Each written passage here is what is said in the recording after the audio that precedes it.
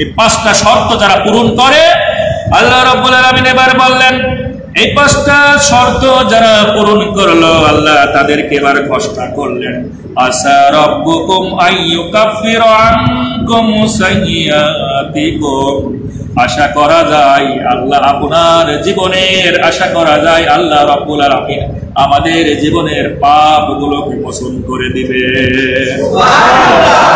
এটা প্রথম পুরস্কার যে আল্লাহ সুবহানাহু ওয়া তাআলা আমাদের পাপগুলো মোচন করে দিবে। এটা সূরা তাহরিমের 8তম আয়াতের 2য় লাইন। দ্বিতীয়তম পুরস্কার আল্লাহ ঘোষণা করলেন ওয়ায়ুদখিলাকুম জান্নাতিন তাজরি মিন তাহতিহাল আনহার। আল্লাহ বললেন এবার আমি তোমাদেরকে কি দিব? জান্নাত দিব। প্রথম পাপগুলো ক্ষমা করে দিবে, দ্বিতীয় কি দিবে? জান্নাত দিবে। তৃতীয় নম্বর পুরস্কার ওই আয়াতের মধ্যে দেওয়া আছে। আল্লাহ রাব্বুল আলামিন বললেন ইয়াউমা লা ইউখজিল্লাহুন নাবিয়্যা ওয়াল্লাযীনা আমানু মা'আহু। ওই দিন মানে কিয়ামতের দিন, ইয়াউমা মানে কিয়ামতের দিন, লা ইউখজিল্লাহুন নাবিয়্যা আল্লাহ রাব্বুল আলামিনের উপর যে নবীগুলো ঈমান এনেছে, ওয়াল্লাযীনা আমানু মা'আহু এবং পৃথিবীর মধ্যে যে মানুষগুলো আল্লাহর উপর ঈমান এনেছেন এই মানুষগুলোকে ওই দিন আল্লাহ অপমান করবেন না। তাহলে কয়টা পুরস্কার হলো? প্রথমে পাপগুলো ক্ষমা করলো, দ্বিতীয় জান্নাত দিল, আর কিয়ামতের ময়দানে অপমান অপদস্থ করবে না।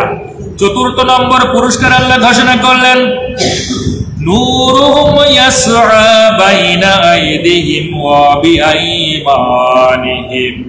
ওই দিন যে পুলসিরাত পার হওয়া লাগবে, পুলসিরাতের অবস্থাটা এমন হবে কারো অন্ধকারের চেয়ে অন্ধকার, এবং সেই রাস্তাটা হবে হয়তোবা কল্পনা অতীতে বলা যেতে পারে চুলের চেয়েও সূক্ষ্ম। এমন একটা রাস্তায় যদি অন্ধকার হয় বলেন তো পার হওয়া সম্ভব? পার হওয়া কি সম্ভব? ভালো রাস্তা দিয়ে হাঁটতে গিয়ে আমরা 3বার আছার খাই, ঠিক কিনা? রাস্তা দিয়ে ভালো রাস্তা চলতে ধাপ করে পড়ে যায়, আছে না এমন পাবলিক? অনেক পাবলিক আছে, ভালো রাস্তা চলতেছে হুট করে পড়ে গেছে। তো সেখানে চুলের চেয়েও সূক্ষ্ম, যেটা কল্পনার মাধ্যমে বলা হচ্ছে, এবং গাঢ় অন্ধকার দিনের রজনী, এমন অন্ধকারের সময় আল্লাহ সুবহানাহু ওয়া তাআলা বললেন নূরুহুম তাদেরকে কি দেব? নূর মানে আলো দিব। ইয়াসআ সামনের দিকে ছুটতে থাকবে। কোথায় থাকবে? ইয়াসআ নূরুহুম ইয়াসআ বাইনা আইদিহিম ওয়া বিআইমানিহিম।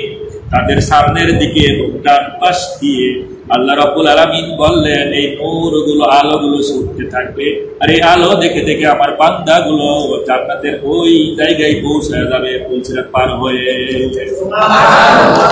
ইয়াকুলুনা রাব্বানা আতমিম লানা নূরানা ওয়াগফির লানা ইন্নাকা আলা কুল্লি শাইইন কাদির। আল্লাহ ঘোষণা করলেন ইয়াকুলুনা রাব্বানা আতমিম লানা নূরানা, আর এই নূরের জন্য তোমরা কি করো? আমার কাছে চাও, দোয়া করো। পঞ্চমতম আল্লাহ বলেন আমি এই পৃথিবীর বুক থেকে কিন্তু মানুষ কিছু অপরাধ নিয়ে যাবে, তখন বলেন ওয়াগফির লানা, আমি সেই অপরাধগুলো কি করে দেব? ক্ষমা করে দেব। এই 5টা পুরস্কার আল্লাহ সুবহানাহু ওয়া তাআলা দিবেন তাদেরকে। হেডলাইন কি ছিল বলেন? মনে নেই? হায় হায়, জান্নাতের কথা শুনে মনে হচ্ছে যে ভুলে গেছেন, তাই না? আসলে জান্নাতে যাওয়ার কথা মানুষ ভুলেই যাবে যে পৃথিবীতে কি ঘটেছিল। আত্মীয়র কথা মনে পড়বে না, নিজের বউয়ের কথাও মনে থাকবে না, ছেলে সন্তানের কথাও মনে থাকবে না। থাকবে নাকি? থাকবে না। এমন একটা জায়গা, ঠিক কিনা? এই হেডিং ছিল যে তাওবাতান নাসুহা, তওবা করা, বেশি বেশি করে ইস্তেগফার পাঠ করা। এই ইস্তেগফার পাঠ করলে বেশি বেশি করে যদি আমরা আল্লাহর কাছে তওবা করি, আল্লাহ বলেন এই 5টা পুরস্কার আমি দিব। ইন্নাকা আলা কুল্লি শাইইন কাদির। পৃথিবীর মধ্যে আসমান জমিনের মধ্যে শক্তিধর আল্লাহ ছাড়া কেউ আছে? আছে না। সুতরাং তাহলে আমরা বুঝতে পারলাম যে এই পৃথিবীর মধ্যে তাওবা যদি না করা হয় বেশি করে, আল্লাহ সুবহানাহু ওয়া তাআলা অনাবৃষ্টি দিয়ে আমাদেরকে কি করবে? সাইজ করে দিবেন। কি করবেন? সাইজ করবেন। আসুন দ্বিতীয় কারণ যেটা